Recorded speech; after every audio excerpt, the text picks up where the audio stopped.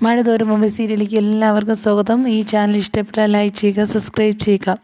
രേവതിക്കുട്ടിയാണെങ്കിൽ പറയുകയാണ്, എന്നെ അന്വേഷിച്ച് ഇവിടെ മാത്രമല്ല ഓഫനേജിലും പോയിട്ടുണ്ട് ആൾ.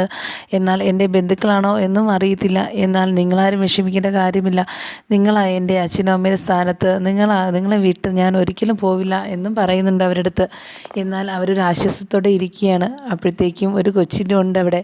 ആ കൊച്ചിൻ്റെ അച്ഛനും അമ്മയും എങ്ങനെയും കണ്ടുപിടിക്കണം എന്നൊരു ഉദ്ദേശം രേവതിക്കുട്ടിക്കുണ്ട്. അങ്ങനെ ഒരു ഫോൺ കോൾ പോവുകയാണ് അയാളെ അന്വേഷിച്ച്. എന്നാൽ ആ കുട്ടിയുടെ അച്ഛന് ആരാണെന്നറിയാൻ അവരെ എത്തിക്കുകയും ചെയ്യുകയെന്ന് രേവതിക്ക് ഒരു ആഗ്രഹം ഉണ്ടാവുകയും ചെയ്യുന്നുണ്ട്. അങ്ങനെ അവിടെ പറയുന്നുണ്ട്, നിൻ്റെ അന്വേഷിച്ച ഒരാൾ വന്നിട്ടുണ്ട്. എന്നാൽ അതറിഞ്ഞ് അവിടെ രേവതിക്കുട്ടിയുടെ അടുത്ത് പോവുകയും രേവതിക്കുട്ടി അവരെ വീട്ടിലെത്തി അവരുടെ അടുത്ത് ചോദിക്കുകയും ചെയ്യുന്നുണ്ട്.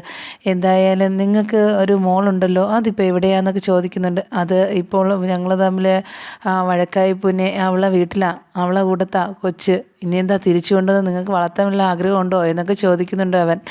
എന്നാലും അതിനെക്കുറിച്ച് ഒരു വിഷമം തോന്നുന്നുണ്ട്. എന്തോ ആ സംസാരത്തിലും ഒരു പന്തികേട് തോന്നുന്നുണ്ട്.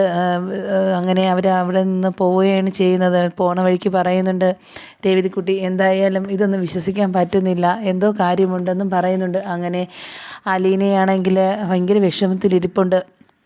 അപ്പോഴത്തേക്ക് ആശ്വസിപ്പിക്കുകയാണ് ബാലചന്ദ്രൻ. എന്തായാലും മോളിന് വിഷമിക്കേണ്ട കാര്യമില്ല, ഇനി ഇതുവരെയൊക്കെ എത്തിയില്ലേ, നമുക്ക് അറിയേണ്ടവരെല്ലാവരും അറിയുകയും ചെയ്തു. അത് എന്നെ ചതിച്ചതിൻ്റെ കാര്യത്തിൽ ഇനി അവർ പശ്ചാത്തപിക്കുകയും ചെയ്യുന്നുണ്ട് എന്നും പറയുന്നുണ്ട്. അങ്ങനെ ഗംഗാധരനെ രാജീവിനും ശിവനും കൂടെ ആലോചിക്കുകയാണ്, ഇനി ഞങ്ങൾ എന്ത് ചെയ്തിട്ടും ഒരു പ്രയോജനമില്ല, അവർക്ക് നീതി കിട്ടണം. നീതി ഇതുവരെ കിട്ടിയില്ല അലീനയ്ക്കും ബാലചന്ദ്രനും.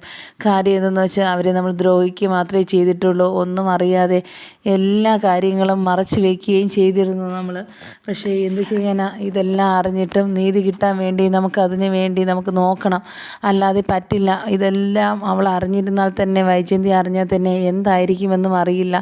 അതിനെക്കുറിച്ചും ഒരു പേടിയുണ്ട്. എന്തായാലും ഇത്രയും നാൾ വേദനിപ്പിച്ചതും എല്ലാം ചെയ്തതും നമ്മുടെ വൈജയന്തിയുടെ മകളായിരുന്നു എന്ന് അറിഞ്ഞപ്പോൾ മുതൽ എനിക്ക് ഭയങ്കര ഒരു പശ്ചാത്താപം തോന്നുന്നുണ്ട് എന്ന് പറയുന്നുണ്ട്. ഗംഗാധരൻ പറയുന്നുണ്ട്, നിങ്ങളൊന്നും ആലോചിക്കാതെ എടുത്തു ചാടുകയായിരുന്നില്ലേ, ആരായിരുന്നാലും ഒരു കുട്ടിയോട് മാന്യമായിട്ട് പെരുമാറാൻ നിങ്ങൾക്ക് ഇതുവരെ അറിയില്ലേ എന്നൊക്കെ പറയുന്നുണ്ട്.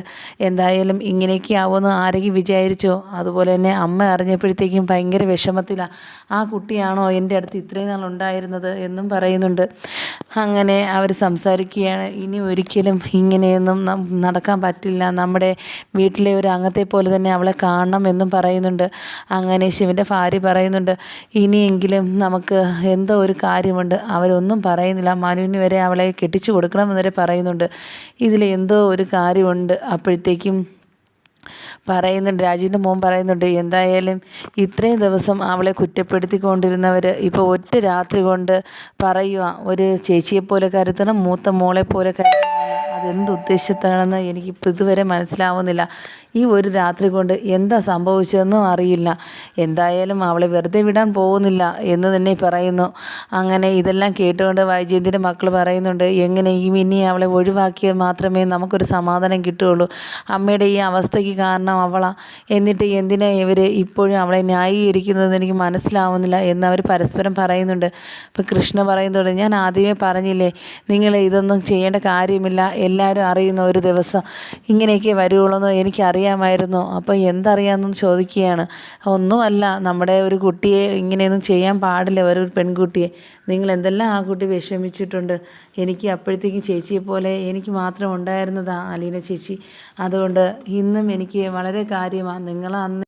നിങ്ങളന്ന് കാണിച്ച കാര്യങ്ങൾ എനിക്ക് ആലോചിക്കുമ്പോൾ ഇപ്പോഴും വിഷമം തോന്നും. അപ്പോഴത്തേക്കും അലീന ചേച്ചിയുടെ കാര്യം ഒന്ന് ആലോചിച്ച് നോക്ക് എന്നും പറയുന്നുണ്ട്.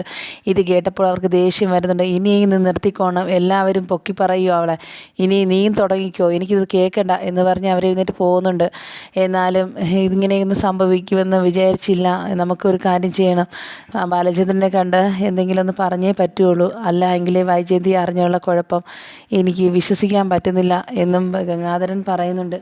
രാജീവും അതുപോലെ തന്നെ പറയുന്നുണ്ട്, എന്തായാലും ഇത് ആലോചിച്ചെടുക്കേണ്ട തീരുമാനമാണ്. ഇനി ഈ പിള്ളേരെ ഭാഗത്തുനിന്ന് എന്തെങ്കിലും തെറ്റുണ്ടാവുമെന്ന് അറിയില്ല, വിശ്വസിക്കാനും പറ്റില്ല എന്നും പറയുന്നുണ്ട്. അതുപോലെ അവൻ്റെ പെരുമാറ്റമായിരുന്നേ എന്ന് രാജീവ് പറയുന്നുണ്ട്.